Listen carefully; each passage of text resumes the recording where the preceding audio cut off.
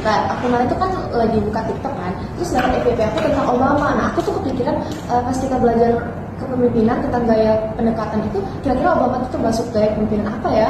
Terus juga kan dia tuh kan salah satu presiden Amerika pertama yang berkulit hitam, dan ngomong-ngomong dia juga banyak dikagumi oleh rakyat sih, oleh orang-orang sih kayak gitu. Menurut kalian gimana? Menurut aku ya, aku juga kepikiran sih, sempat lewat juga di FYP aku gitu kan. Nah, soalnya Obama ini punya perjalanan hidup yang menarik banget gitu kan. Banyak orang lupa kalau sebelum dia jadi presiden itu, dia itu profesor hukum konstitusi di University of Chicago. Nah, jadi pemikirannya tuh kuat banget di dasar hukum dan demokrasi. Nah iya, tapi jangan lupa dia juga pernah nih tinggal di Indonesia semasa dia waktu kecil. Itu bikin dia punya pandangan global yang lebih luas. Jadi pengalaman hidup yang beragam ini kayaknya benar-benar ngasih pengaruh yang besar ke cara dia memimpin sekarang ini. Iya sih, betul sih. Terus juga dari awal tuh karir politik Obama ini juga kan dia tuh udah terkenal sebagai politisi yang tenang, suka ngedengerin, dan gak gampang terpancing emosi. Emosinya tuh stabil kayak gitu. Dan tapi kalau lagi kampanye Obama ini, wah ngeri banget. Terus dia nih bisa bangun suasana yang bikin orang tuh ikut semangat dalam diskusi kayak gitu. Mungkin itu karena kepemimpinannya yang cenderung transformasional gitu kan. Nah, dia juga itu selalu bawa harapan, visi, dan juga dorongan buat bergerak bareng-bareng gitu. Makanya slogan Barack Obama itu adalah Hope and Change. Ini sangat kena banget.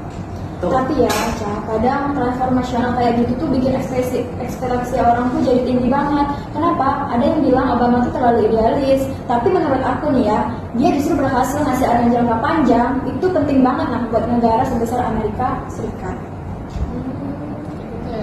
Iya sih, bahkan orang-orang tuh banyak yang nggak setuju secara politik tuh, banyak yang bilang kalau Obama itu tuh komunikator ulung, kayak gitu cara dia pidato, itu tuh bisa bikin pendengar tuh merasa diajak ngobrol, bukan digurui gitu, kayak gitu loh.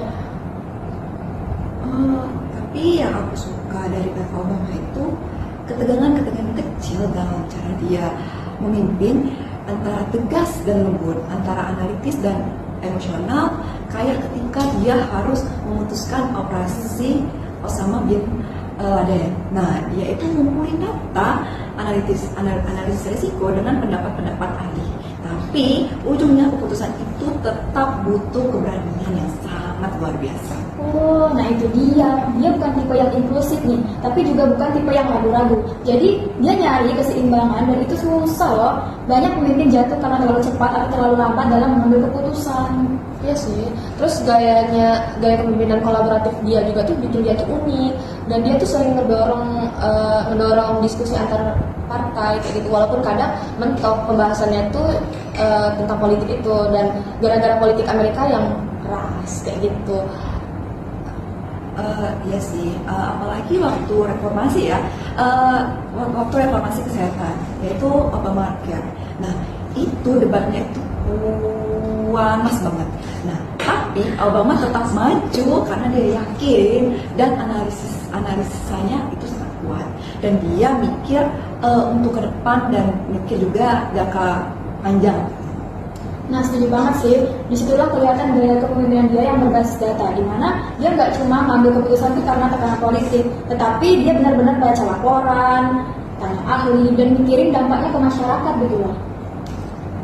Dan yang paling kuat menurut aku sih ya dari semua yang kita bahas tadi itu berarti bisa disimpulkan empatinya lebih kuat ya kan. Terus juga banyak video-video yang nunjukin Obama tuh ngasih pelukan ke keluarga korban tragedi kayak gitu, mendengar masalah masyarakat kecil, terus sampai nangis waktu pidato tentang penembakan massal kan. Terus itu juga kayak benar-benar asli dia ya, nggak dibuat-buat kayak gitu. Iya sih, empati itu juga ke bawah sampai ke kebijakan sosialnya. Jadi dia itu mendorong kesetaraan, pendidikan, dan inklusi, walaupun tentu nggak semua hal itu berjalan dengan sempurna, tapi niat dan pendekatannya itu sangat kerasa banget. Dan ternyata setelah dia nggak jadi presiden juga, gaya kepemimpinan Obama itu Dia nggak menghilang, dia bikin Obama Foundation di mana fokus bantu pemimpin muda, demokrasi, dan komunitas. Jadi jejak kepemimpinan itu tetap berlanjut sampai ke masa sekarang. Jadi bisa dirangkum dari yang sebelumnya kita bahas tadi itu berarti dia tuh menggunakan gaya kepemimpinan yang inspiratif, kolaboratif, analitis, penuh empati, dan tetap tegas saat perlu kan. Nah, dan yang menarik dari ketegangan antara sisi-sisi itu tuh justru bikin dia tuh jadi pemimpin yang seimbang gitu. Nah, Bener banget. Dia itu bukan hanya pemimpin sempurna, tapi gaya pendekatannya itu bikin banyak orang-orang merasa dipahami gitu. makasih ya atas pendapat kalian tuh aku dapat ilmu banyak tentang Obama ini kayak gitu. Terima kasih ya teman-teman guys.